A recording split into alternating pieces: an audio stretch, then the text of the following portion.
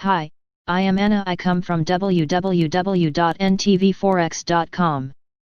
The fall of the Euro and Nasdaq amid a positive market mood requires attention analysis. http ntvforex.com News ID C207DD 8/11/2028 28:36 am. Cautious optimism prevails in the markets at the beginning of the week, if we exclude a couple of worrying signs for investors. A wave of purchases continues in the stock markets.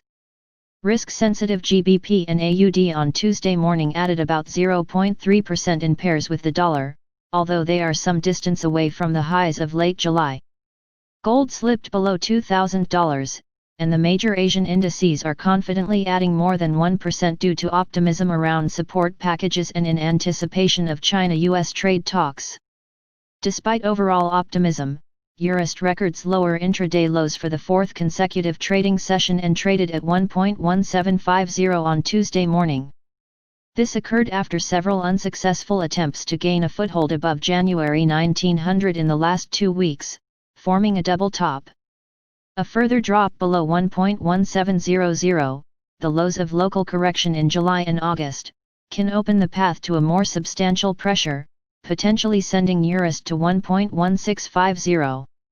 In case of a more profound correction, we can't exclude a deep fall below 1.1500. Investors moved from euros to dollars after reports of record volumes of sell positions on the dollar index and buy positions on the euro.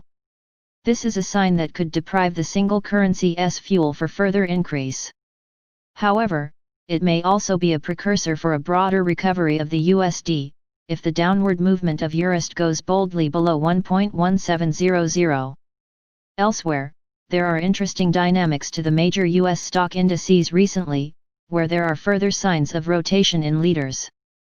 Dow Jones added more than 1.3% on Monday and S&P 500 rose by only 0.3%, while Nasdaq Composite dropped by 0.4%. This situation is noteworthy because, in previous months, companies from the Nasdaq were pulling the markets up.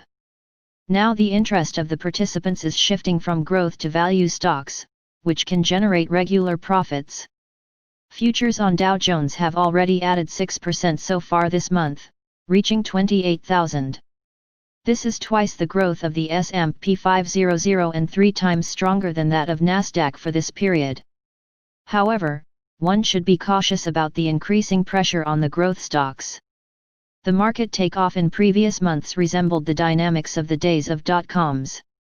However, the bubble blowout that followed knocked about 80% from Nasdaq, almost twice as much as the losses on the S&P 500 and Dow Jones.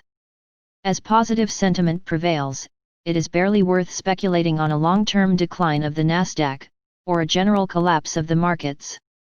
Subscribe our channel to receive the news as soon as possible. Thank you for watching. If you want to read real-time news, text messages to MT5 Expert Advisors page at https://mt5.expert.advisors.